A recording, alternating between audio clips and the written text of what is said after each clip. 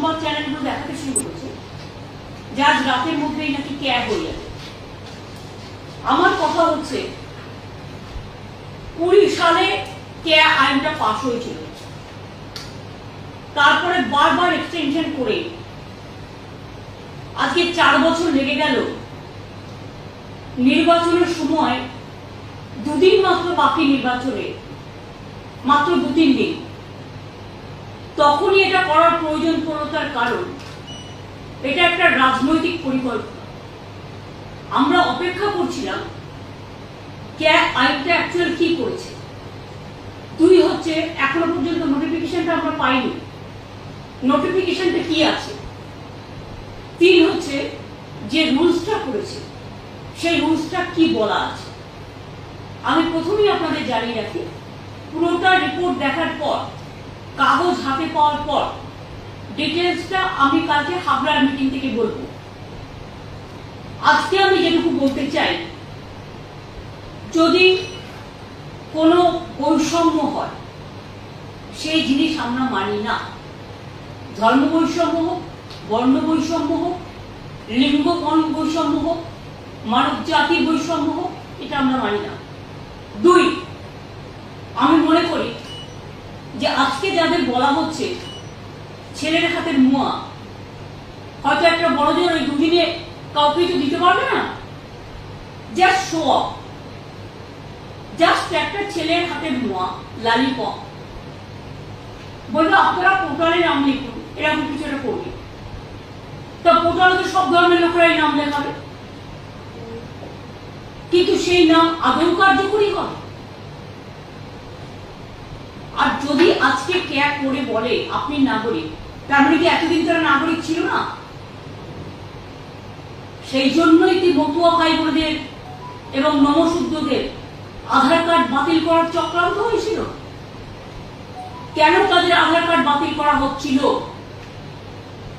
তার মানে নতুন কিছু করবে, পুরনোটার কোনো গুরুত্ব থাকবে না।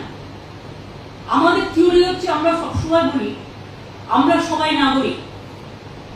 আজকে কেউ চাকরি বাকরি করছে, কেউ স্কুলে পড়াশোনা করছে, কেউ জমি জমা কিনে সেখানে দীর্ঘদিন ধরে বসতি তৈরি করেছে। তার মানে সেগুলো কি ভ্যালিড নয়? আইনত কোশ্চেন হবে না তো যে তার মানে আগে যে সুযোগগুলো তারা পেতেন সেটা সব অবৈধ হয়ে যাবে, সেগুলো বৈধ হবে না। একমাত্র ক্যাব বৈধ যদি হয়, তাহলে এতদিন ধরে মানুষ যে সুযোগ পেয়ে আসছিল, তাদের ভোটেই তো প্রধানমন্ত্রী নির্বাচিত হয়েছে, তাদের ভোটেই তো চিফ মিনিস্টার নির্বাচিত হয়েছে, তাদের ভোটেই তো গ্রাম সভা হয়েছে, পঞ্চায়েত সমিতি হয়েছে, জেলা পরিষদ হয়েছে, কর্পোরেশন হয়েছে। তাহলে সেই ভোটের কোনো মূল্য নেই, সেই নাগরিকত্বের কোনো মূল্য নেই। নাগরিকত্ব ভোটের আগে নতুন করে চিন্তা করতে হচ্ছে। এবং আমি ডিটেলসটা দেখার পরে কালকে নিশ্চয়ই আপনাদের কাছে বলবো, কিন্তু আমার মনে হচ্ছে যে যদি ক্যাব দেখিয়ে এনআরসি নিয়ে এসে কারো যারা এখানকার নাগরিক তাদের নাগরিকত্ব ক্যান্সেল করা হয়, তাহলে কিন্তু আমরা কেউ চুপ থাকবো না, আমরা স্ট্রংলি এটা প্রতিবাদ করব। আমরা আগে জানিয়ে গেলাম। 2 হচ্ছে নো এনআরসি, এনআরসি তো আমরা মানতেই পারি না। আর ক্যাব নাম করেও কাউকে ডিটেনশন ক্যাম্পে রেখে দেবে, এই চালাকিও আমরা করতে দেবো না।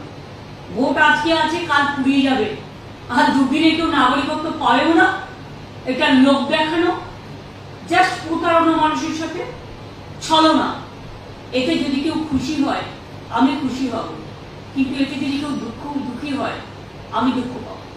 কাজে আমি অপেক্ষা করছি টোটাল আইনটা দেখবার জন্য। এবং আমি এখনো মনে করি আমাদের এখানে যারা আছেন সারা ভারতবর্ষে, যারা ভারতবর্ষে বসবাস করেন, বাংলায় বসবাস করেন, তারা প্রত্যেকে নাগরিক।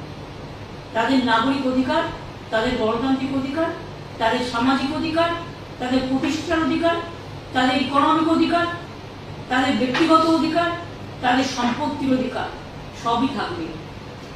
এই নতুন আইন কারো আগেকার অধিকারগুলোকে বাতিল করে দেবে না তো। আমার মাথায় এটা আসছে, তার কারণ আগের আইনটা তাই বলা ছিল এবারের আইনটা কি করছে এটাও হয় দেখতে হবে।